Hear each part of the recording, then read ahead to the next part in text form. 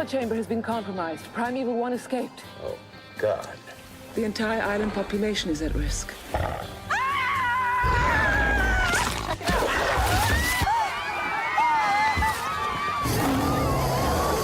He created some giant monsters in that think tank of his, and now they've gotten loose. We gotta get out of here. It's coming. Wait, what's coming? That's what's coming. Lock and load. You ready to move out? Get out!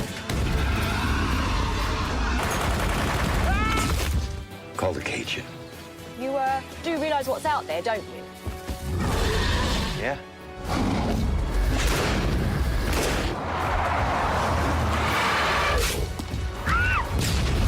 Alligator and crocodile are mortal enemies.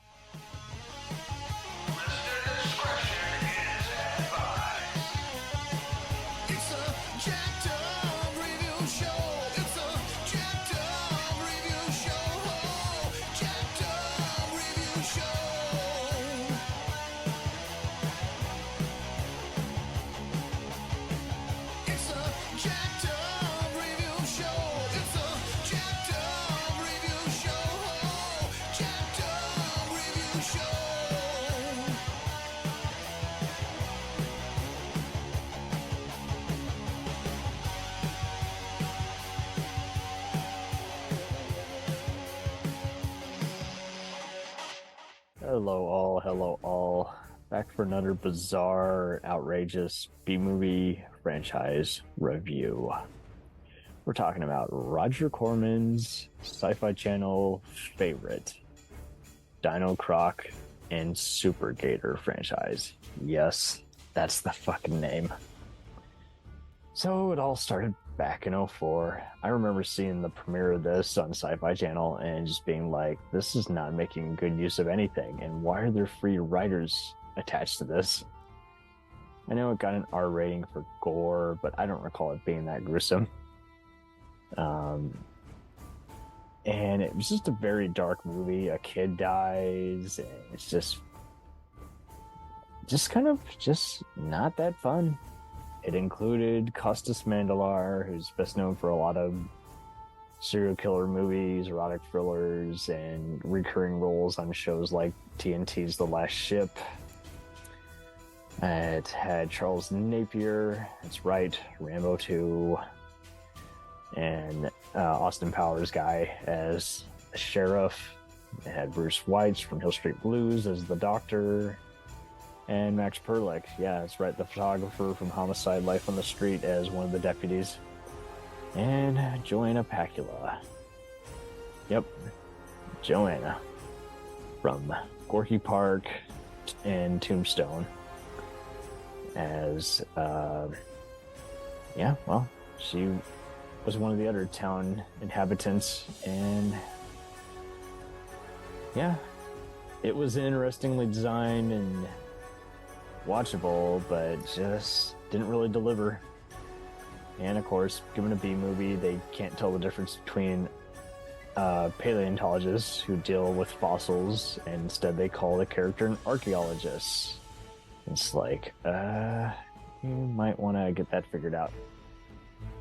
But yeah, I remember the reviews. I remember some people saying, hey, take it as camp. I'm like, but it was pretty weak by camp. Like, it just kind of made me wish that Corman's company could have spent more time on this instead of just taking their sweet time and just rushing it out.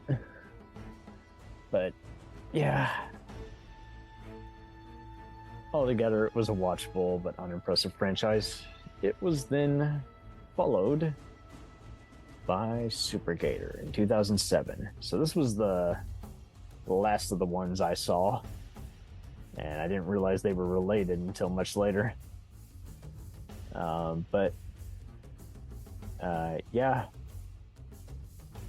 It was a just camp spectacular. It had Brad Johnston from Flight of the Intruder and those cheesy Left Behind movies.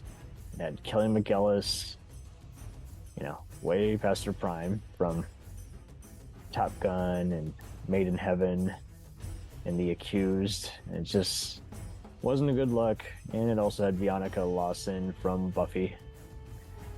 And lo and behold, the Schlockmeister himself for this 2007 was Brian Clyde, who, again, was just another independent filmmaker doing some small mystery movies, and he caught the attention of Roger Corman and has since done other crap for him, like Operation Rogue, one of those other Men on a Mission movies.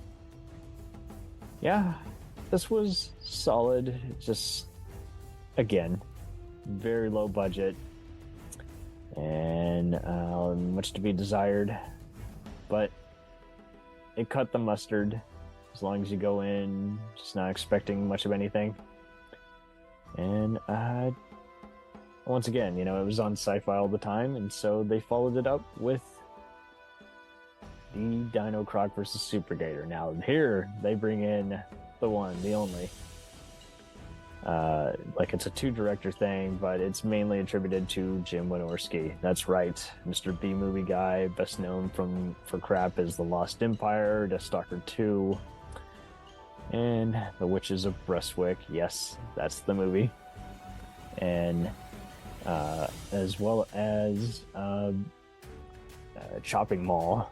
And he's now still working for Charles Band's Full Moon Company, but it's just interesting how he's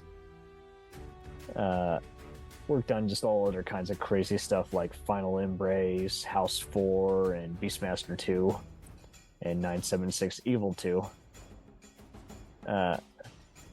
Yeah, it was just interesting just seeing how he's just always made use of his crazy budgets.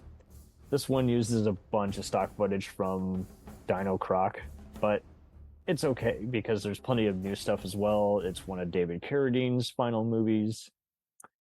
It has a bunch of other B-movie actors and soap opera guys, but this one went pretty fast, and Jim Wynorski even appears on screen, so he pulls his Hitchcock doing his own, director cameo. And it's, it just went very, very fast. I didn't have any issues with it. I didn't feel like they didn't make good use of their material. I thought it was just fun. Very fun. And that's all I can ask. Because I see so many other people who will just rush these movies and you just don't feel like they want to be here. But no, this made good use of the camp, and it went by really, really fast.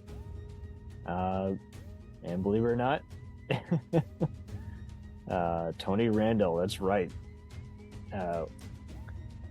Hellraiser 2 and Children of the Night director decided to be the editor for this, and he's been working a lot with Roger Corman and Jim Wynorski. Not a good use of his talent, but he's a very cool guy if you've ever seen him in interviews. And to be fair, he worked for New World Pictures, Corman's company back in the day, snipping trailers, so I guess he's just right at home.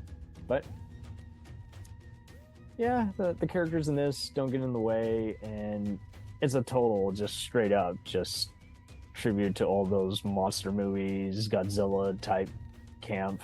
And the music in this is fun for B-movie lovers. The locations are nice, and it's fun seeing all the bad guys meet their comeuppance by the creatures. And despite limited budget, I'm not gonna lie, the final fight was fun.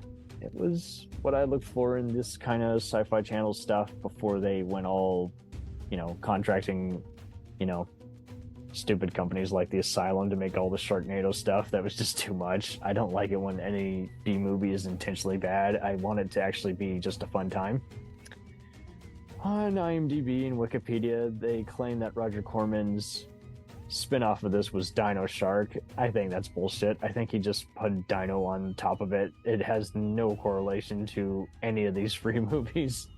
Why would you even think so when it's neither related to DINOCROC or SUPERGATOR? No, this is much like Werewolf versus Sharktopus, another Corman feature, let alone like Lake Placid versus Anaconda, a Sony venture. In fact, it goes all the way back. SyFy Channel had already made a killing doing stuff like Boa versus Python, and it's much of the same stuff. And if you like that kind of stuff, eat this right up. No pun. Have fun with them. And just, don't expect much. You don't have to watch them in any particular order. You can get them, I'm sure, pretty cheap on any streaming site or on DVD. There might even be a Blu-ray of one of these movies out there. I definitely think DINOCROC and SUPERGATOR got the Blu-ray treatment last I checked, since it was 2011 and that was becoming a thing.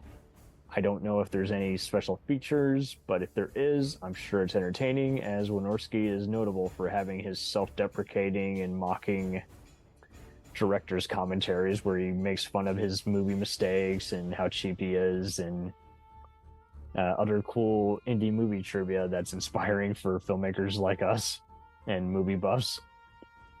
Altogether, this runs pretty well, and it's going to deliver the creature feature action that Corman has become unanimous with, let alone what B-movie guys like us are going to ask for. And I'd rank it as a solid versus movie. Yep, I'm going there. It's not going to win any prizes, and that's okay. It wasn't trying to. It never intended to. It's just fun. After just seeing so many other movies just waste their potential, I have fun with these kinds of movies, especially when I keep getting so disappointed in watching big budget movies that don't make use of any of their talent on display. So yeah, eat it up, have fun with it, and don't, expect anything above, lowbrow. It's firmly planted in lowbrow, and it wears that flag with shameless appeal. So thank you for tuning in and following me, and please feel free to send me any requests or inquiries, or just if you even want to come on our show and talk about your favorite movie, music band, or TV series that you're binging. Well, let's listen up. But here you can listen to some of the other shows we have collaborated with and support. And after that, have a wonderful night, guys, and thanks for listening. We'll return after these messages. If you like small-town mystery, crazy news, and wild history, then the Florida Men on Florida Man podcast is for you. Each week, Josh Mills and Wayne McCarty bring you the absolute best Florida has to offer. So if you're looking for a show that's safe for the family, but funny enough to help you escape everyday life, then listen to the Florida Men on Florida Man podcast. That's Florida Men, plural, on Florida Man podcast. Hey, it's Brent Pope, the host of Breakfast with Brent Pope. You've seen me on some of your favorite TV shows saying things like, "Give it up, Jimmy. You got to sink this putt to win." On Breakfast with Brent Pope, I sit down with guests from the entertainment world, and we do it all over breakfast. Or should I say Brentfast? Every week on Brentfast, you get inside Hollywood info and tips, great breakfast recs and booty debates. Most of all, you get the most delightful 30 minutes of your week. So dig in. It's Brentfast time. Listen at Brentfast.com, Apple Podcasts, or wherever fine podcasts are found. The Jacked Up Review Show podcast is honored to be part of the Blind Knowledge Podcast Network. Join anytime, talk the talk, and enjoy yourselves. There's something enlightening for everyone with this crowd of cool cats. Check them out.